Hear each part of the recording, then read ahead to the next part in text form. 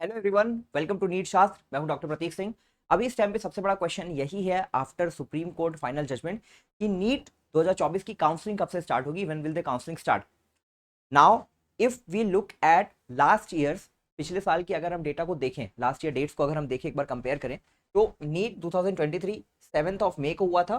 13 of June को इसका result आया था। ठीक है, 13 ऑफ जून को। और काउंसलिंग स्टार्ट हुई थी इन जुलाई। आई थिंक 20 जुलाई से एमसीसी की फर्स्ट राउंड की काउंसलिंग स्टार्ट हुई थी। अभी मैं आपको दिखाऊंगा भी कि कब से स्टार्ट हुई थी काउंसलिंग और कैसा उसका काउंसलिंग का पूरा प्रोसेस जो होता है वो मैं आपको अभी यहाँ पे दिखाता हूँ। 1 सेकेंड। ओके, अब यहाँ पे मेरे सामने है लास्ट ईयर एमसीसी काउंसलिंग का शेड्यूल फर्स्ट राउंड का। यहां से मैं दो तीन चीजें आपको दिखाने की कोशिश करूंगा कि काउंसलिंग ऐसी कोई प्रोसेस नहीं होती कि काउंसलिंग अगर आज स्टार्ट होगी और कल खत्म हो जाएगी। काउंसलिंग पूरे प्रॉपर तरीके से चलती है। रजिस्ट्रेशन होता है, चॉइस फिलिंग होती है, लॉकिंग होती है चॉइसेस की, देन एक दो दिन प्रोसेसिंग का टाइम लगता है, देन आपका रिजल्ट आता है। रिजल्ट आने के बाद पहले आपका प्रोविजनल रिजल्ट आता है, देन आपका फाइनल रिजल्ट आता है। रिजल्ट आने के बाद काउंसलिंग के फिर आपको टाइम दिया जाता है to join that allotted college. If you join that college, आप वहां पे जाके एडमिशन लेते हो, complete admission process and upgradation के लिए अप्लाई करते हो या ऑप्ट करते हो, वो आपके चॉइस है। देन आफ्टर दैट जो भी सीट्स बच जाती हैं वो कॉलेजेस जो है वो रिपोर्ट करते हैं एमसीसी को। फिर राउंड 2 के लिए सीट मैट्रिक्स आती है एंड देन राउंड 2 की काउंसलिंग फिर से स्टार्ट होती है। अगर हम ऑल इंडिया कोटा काउंसलिंग की बात कर लें, then all India quota counselling itself takes around 1.5 months to complete. 40 to 45 days का टाइम लगता है for all India quota counselling to complete, given that there is first round, second round, third round, stray round and then stray vacancy round. Last year 5 round हुए थे, इस साल हो सकता है और ज्यादा हो या कम हो, that will depend on how many seats are left. But primarily अगर हम बात कर लें, then counselling was conducted on in 3 rounds, first, second and third. After that it was stray round and after that it was stray vacancy round या special stray round.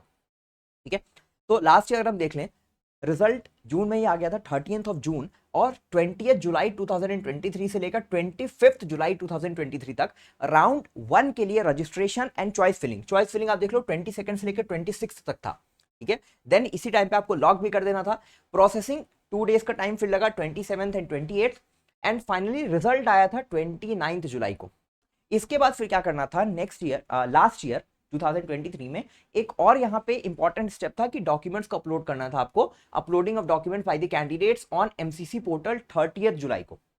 ठीक है, ये documents उन्हीं लोग को अपलोड करना था who are most probably going to join the college. ठीक है, जो कॉलेज में जाके एडमिशन लेना चाहते हैं। अब ये डॉक्यूमेंट्स ऐसे नहीं है कि आपको सारे डॉक्यूमेंट जमा करने थे, आपको अपने बेसिक डॉक्यूमेंट्स को अपलोड करना था। कैटेगरी सर्टिफिकेट था, नीट का रिजल्ट था, नीट का एप्लीकेशन फॉर्म था, और इसी तरह के बेसिक डॉक्यूमेंट्स थे, आपके 10th और 12th के रिजल्ट्स थे। तो ये बेसिक डॉक्यूमेंट्स आप यहाँ पे अपलोड करते हो। देन देखो रिपोर्टिंग का टाइम कितना है, बहुत इंपॉर्टेंट है। 31 जुलाई से लेकर 4 अगस्त। 31 जुलाई से 4 अगस्त 5 डेज का टाइम था रिपोर्टिंग एंड ज्वाइनिंग का। अब यहाँ पे एक बहुत इंपॉर्टेंट चीज, बहुत सारे पेरेंट्स या स्टूडेंट्स का क्वेरी रहता है कि अगर 31 जुलाई से लेकर 4 अगस्त के बीच में जो भी हमें टाइम दिया गया फॉर ज्वाइनिंग द कॉलेज, अगर इस बीच में संडे पड़ जाता है, सैटरडे पड़ जाता है, non working day, government holiday पड़ जाता है, तो क्या उस दिन हमारा एडमिशन होगा? तो यस, एमसीसी का जब पूरा का पूरा ब्रोशर आता है उसमें कंप्लीटली पूरी तरह से मेंशन होता है, क्लियरली मेंशन होता है that even on non working day, इस दिन के अंदर जब कॉलेज को ज्वाइन करने का टाइम देता है, रिपोर्टिंग या ज्वाइनिंग का एमसीसी जो टाइम देता है, इसमें सभी डेज में कॉलेज जो है वो एडमिशन प्रोसेस कंटिन्यू रखता है। देन इसके बाद 5th और 6th में क्या होता है? Verification of joint candidates data bye institute, sharing of data bye MCC. यहां पे जो कैंडिडेट ने अपलोड किया था डाटा 30 जुलाई को, उसको वेरीफाई करता है कॉलेज। कॉलेज में जो स्टूडेंट्स ने आके अपना डेटा दिया उससे। एंड देन इसके बाद ये पूरी राउंड 1 की काउंसलिंग खत्म होती है। देन इसके बाद 7th या 8th तक 2 दिन का टाइम फिर कॉलेज लेगा जो बची हुई सीट्स है उनका डाटा एमसीसी के पास भेजने के लिए। देन एमसीसी उन सारे कॉलेजेस को, सारी सीट्स को प्रोसेस करेगा और राउंड 2 के लिए 1 या 2 दिन बाद पूरी की पूरी सीट मैट्रिक्स रिलीज करेगा और फिर राउंड 2 की काउंसलिंग स्टार्ट होगी। मतलब राउंड 1 की काउंसलिंग अगर यहाँ पे 4 अगस्त से खत्म हो रही है, तो राउंड 2 भी 9 अगस्त 10 अगस्त से पहले स्टार्ट नहीं होती है। Same happens for round 3 and for stray round and special stray round. तो counselling takes around 40 to 45 days to complete. ये मैं ऑल इंडिया कोटा काउंसलिंग की बात कर रहा हूं, state counselling takes even more time sometimes. तो दैट डिपेंड्स। नाउ यहां पे अभी प्राइमरली क्वेश्चन यही पे है कि काउंसलिंग कब से स्टार्ट होगी। काउंसलिंग कब से स्टार्ट होगी? Just I take 1 more minute to explain. Result अभी नीट का जो है वो फिर से आएगा, री रिजल्ट होगा। ठीक है। और ये रिजल्ट का जो मेन रीजन है वो फिजिक्स के कंट्रोवर्शियल क्वेश्चन का जिसका सिंगल आंसर कंसिडर किया उसके बेसिस पर फिर रिजल्ट बनेगा। बहुत सारे स्टूडेंट्स का यहाँ पे मार्क्स जो है वो डिक्रीज हो रहा है, मार्क्स डिक्रीज हो रहा है यहाँ पे बहुत सारे स्टूडेंट्स का, जिसकी वजह से बहुत सारे स्टूडेंट्स नीचे शिफ्ट करेंगे और रैंक में भी चेंजेस आएगा। जो एग्जिस्टिंग रैंक है वहां से आपकी रैंक डेफिनेटली चेंज होने वाली है फॉर श्योर। कितनी चेंज होगी दैट डिपेंड्स कि आप किस मार्क्स के रेंज में हो। अगर बात कर लें अभी तक में 720 आउट ऑफ 720 के 720 आउट ऑफ 720 के टोटल हो रहे थे 67 स्टूडेंट्स, जिसमें से ग्रेस मार्क्स वाले 6 स्टूडेंट्स थे, तो हम मान लेते हैं 61 स्टूडेंट्स हैं जिनके 720 आउट ऑफ 720 आ रहे थे। सुप्रीम कोर्ट में हियरिंग में आपने सुना होगा कि 44 स्टूडेंट्स वो हैं, 44 स्टूडेंट्स वो हैं जिनको +5 मार्क्स मिला और वो 720 के रेंज में आ गए, इस 61 में आ गए। तो ये 44 स्टूडेंट्स का मार्क्स अब हो जाएगा 715 और इनकी ऑल इंडिया रैंक भी चेंज होगी। ठीक है, थोड़ी इनकी ऑल इंडिया रैंक तो नहीं चेंज होगी, ठीक है, काउंसलिंग रैंकिंग की चेंज होगी। ऑल इंडिया रैंक तो इनका 1 था, तो अब इनकी ऑल इंडिया रैंक शिफ्ट हो जाएगी, मतलब 1 पे जितने बच्चे बचे होंगे 44 minus 61, so that is 17 students first rank पे रहेंगे। देन 44 स्टूडेंट्स 715 पे चले जाएंगे, ये सबकी ऑल इंडिया रैंक सेकंड हो जाएगी और उनकी काउंसलिंग की रैंक अलग आएगी। तो दैट विल डिपेंड।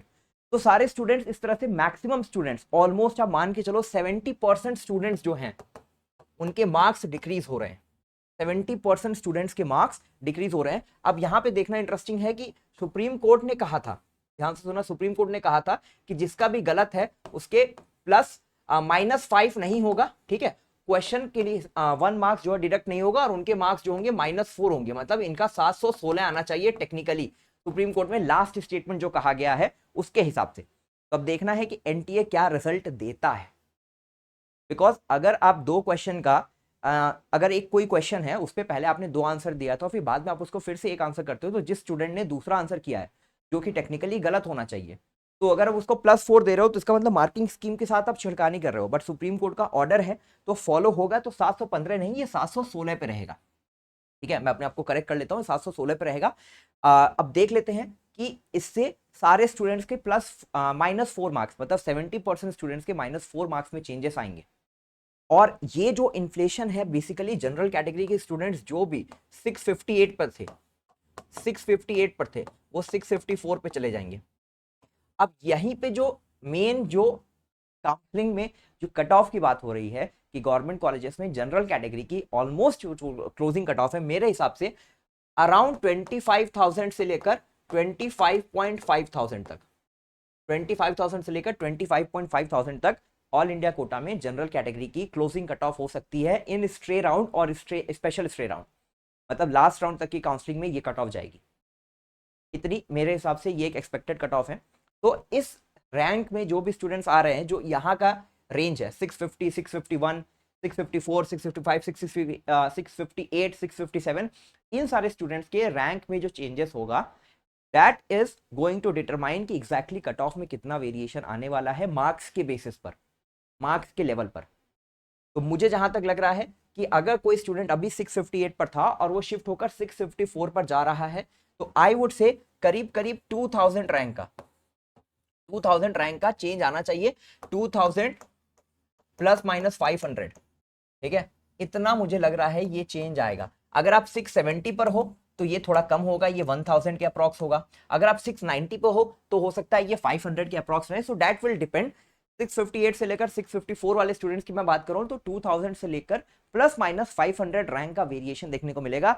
अगेन ये कोई लकीर की फकीर नहीं है, ये मैं एक अपना आई वुड से एक एनालिसिस के हिसाब से मैं एक रफ एस्टिमेट दे रहा हूं, ठीक है, I may be wrong, I may be correct, that depends, but ये एक एस्टिमेट हो सकता है मेरी तरफ से। इफ अगर अभी तक आप इस वीडियो में आए हो तो यहां तक आप आ गए होगे। बात कर लेते हैं काउंसलिंग कब से स्टार्ट होगी, जो मेन क्वेश्चन है। तो देखो, ऑल इंडिया कोटा काउंसलिंग करवाती है आपकी AIQ, all India quota counselling करवाती है आपकी MCC, आपको ऑलरेडी पता है। अब देखो MCC जो है, MCC ने कुछ दिनों पहले कॉलेजेस को नोटिस भेजा था, कॉलेजेस को नोटिस भेजा था कि कॉलेजेस में जो भी सीट्स हैं, इन सीट्स का डेटा कॉलेज जो है वो MCC को लाकर दे। तो ये बेसिकली किसके लिए हो रहा है, ये सीट मैट्रिक्स के लिए हो रहा है, ये सीट मैट्रिक्स के लिए हो रहा है। सीट मैट्रिक्स रिलीज करने के लिए, सीट मैट्रिक्स बनाने के लिए ये प्रोसेस किया जाता है। अब एक और चीज यहां पे आती है इंपॉर्टेंट, पीडब्ल्यूडी या पीएच कैंडिडेट्स की। बहुत इंपॉर्टेंट है ये पीएच कैंडिडेट्स का रोल को समझना कि पीएच कैंडिडेट्स का जो कैटेगरी सर्टिफिकेट होता है या पीएच सर्टिफिकेट होता है, पीएच सर्टिफिकेट को वेरीफाई करते हैं कुछ सेंट्रल इंस्टीट्यूट्स। ठीक है, ऑल इंडिया में कुछ ही सेंट्रल इंस्टीट्यूट्स हैं जो इस सर्टिफिकेट को वेरीफाई करते हैं, और all India quota counselling start होने से पहले सबसे पहले पीएच कैंडिडेट्स के लिए नोटिस आता है। ध्यान से सुनना, सबसे पहले पीएच कैंडिडेट्स के लिए नोटिस आता है और इनको बोला जाता है कि अपना जो आपका पीएच सर्टिफिकेट है इसको आप वेरीफाई करवाओ। वेरीफाई करवाने के लिए जो इंस्टीट्यूट्स हैं वहीं पे आपको जाके इसको वेरीफाई करवाना पड़ेगा। उत्तर प्रदेश में बात कर ले तो IMS BHU में होता है। इसके अलावा दिल्ली में आपका VMMC में होता है, मौलाना आजाद में होता है, मुंबई में आपका अलग इंस्टीट्यूट में होता है। तो इंडिया में, ऑल इंडिया में 12-13 इंस्टीट्यूट्स होते हैं जिनमें ये सर्टिफिकेट वेरीफाई होता है। इनको 1 वीक से लेकर 10 डेज का टाइम दिया जाता है, 1 वीक to 10 डेज। तो कंसीडरिंग, अगर आज हम मान लेते हैं कि आज से एक दिन बाद, आज या कल तक अगर नीट का न्यू रिजल्ट आ जाता है, देन उसके 1 to 2 डेज के विदिन में, 1 से 2 दिन के अंदर नोटिस आ जानी चाहिए पीएच कैटेगरी के कैंडिडेट्स के लिए कि अपने डॉक्यूमेंट्स को जाके वेरीफाई करवा लें। अगर हम मान लेते हैं ये नोटिस 27 या 28 तक आती है, 27 या 28 जुलाई तक आती है और 1 वीक का इनको टाइम मिलता है, देन काउंसलिंग जो फर्स्ट राउंड स्टार्ट होने की एक्सपेक्टेड डेट है, that could be around 4 to 5 अगस्त। ठीक है, तो फाइनली आप इसी के लिए वीडियो में आए थे। तो 4 to 5 अगस्त के लगभग आपकी काउंसलिंग जो है, all India quota counselling start होगी। स्टेट काउंसलिंग की बात कर लें, state counselling once all India counselling process में होती है, स्टेट काउंसलिंग के लिए नोटिस आना स्टार्ट हो जाता है। Then state counselling will start approximately 15th-20th August से। स्टेट काउंसलिंग में हम धीरे धीरे सारे स्टेट्स की नोटिस को आते हुए देखेंगे और स्टेट काउंसलिंग भी स्टार्ट हो जाएगी। तो this was all in the video अच्छा लगा तो वीडियो को लाइक करना, शेयर करना। इन्फॉर्मेशन अच्छी लगी हो तो कमेंट बॉक्स में बताना, कोई भी कंफ्यूजन है तो then you can also leave it in the comment box. Thank you so much.